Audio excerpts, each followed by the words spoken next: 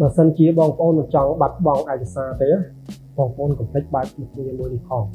មួយអីទៅ Control Folder Access វាគឺជាមុខងារដ៏សំខាន់មួយនៅក្នុង Windows ដែលជួយការពារឯកសាររបស់បងប្អូនកុំឲ្យបាត់បង់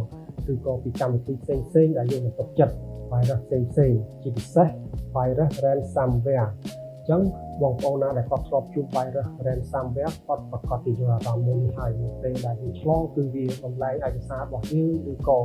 កែប្រែឯកសាររបស់យើងទៅជា extension ផ្សេងៗដូចជាបែបនេះអញ្ចឹងបើសិនជាបងប្អូនមិនចង់បាត់បង់ឯកសារយើងចូលទៅបើកមុខងារមួយនេះហើយមកអញ្ចឹងជាដំបូងបងប្អូនចូលទៅកន្លែង search មករបស់យើងវាយពាក្យថា Control Folder Access បាទអញ្ចឹងវានឹងចេញមកនៅខាងលើអញ្ចឹងយើងคลิกលើវាមួយមករបស់យើង turn on មក yes คลิกលើ Protect Folder ចុច yes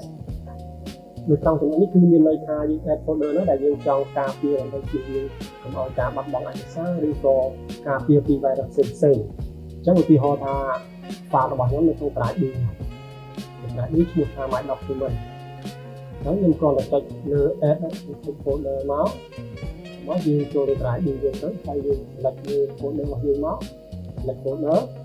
នេះហើយវានឹងចូលហើយហ្នឹងមានន័យថា folder របស់យើងវាត្រូវបាន protect ហើយបាទអាហ្នឹងគឺការស្រាច់